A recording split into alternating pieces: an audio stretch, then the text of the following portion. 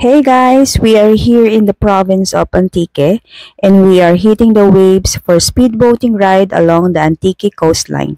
Get ready for the stunning views, crystal water, salty air, and adrenaline rush. Stick around so you won't miss what's coming next. I hope you enjoy this video. Andito kami sa Paho, Antique.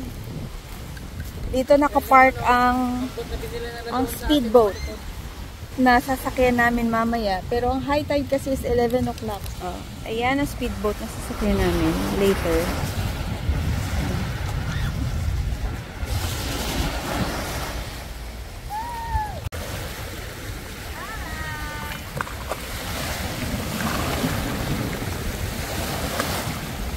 Na si kuya na aming kapitan na speedboat. Nagpe-prepare lang siya yung gasolina and yung mga kung ano mang kailangan i-prepare bago kami mag-travel. Saan tayo mag-travel? Dito lang sa side? Iikot lang tayo dyan. Nung chinek ko to sa map is Sulusi. Boating lang kami. Ito yung unahan ng speedboat niya. Ayan na, nakuha na niya yung kanyang angkla.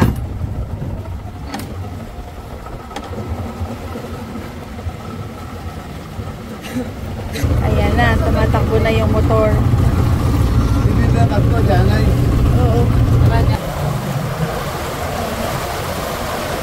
Start na kami.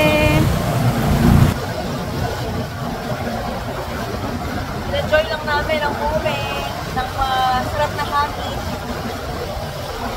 Thank you, Captain Alejandro Malayan. Thank you. The experience namin dito sa speedboat nila. Ito ang part of Antique. Di ba ang ganda? Antique.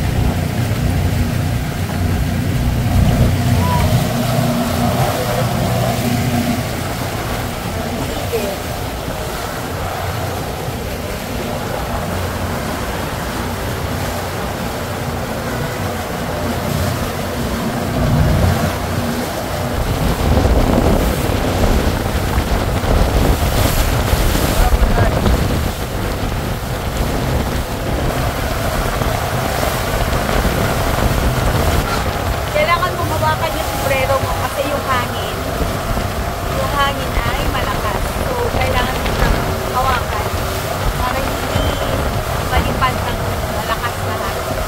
And we are still enjoying the views in Mataran. Seaside views in Mataran. Ang dami rin mga white sand, halos lahat. Mga white sand beach. Pantan area.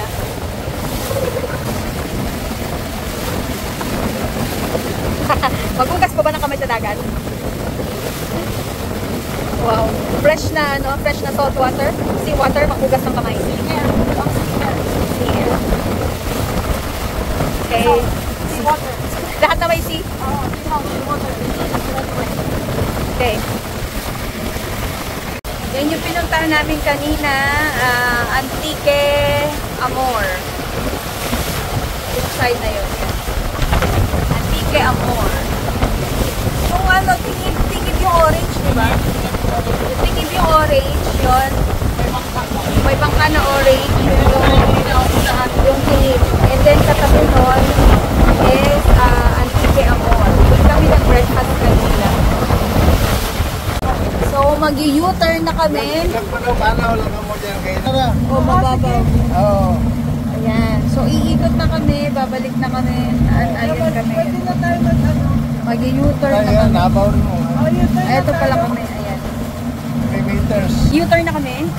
Kaya, nandun na yung pinagkakami ng Antique Amor ng breakfast. Mas mabilis na kami pabalik kasi yung alon ay along, tawag doon? Hindi tayo sa lubong. Hindi tayo against the alon. Same direction na tayo ng alon. Kaya parang tinutulak na tayo ng alon. So, mas mabilis na yung pabalik. So, after namin mag-boating, diretso kami sa Solsticio Azul. Doon kami magla-lunch. Lunch na. So, 12 p.m. na. At ang lalim namin ngayon ay 17.9 meters. At nandito kami. Diyan kami magla-lunch sa Solsticio Azul. Try namin kung ano ang makakain namin. Ayan. Ito lang nasa. Pero may mga gamay-gamay ng mga dyan.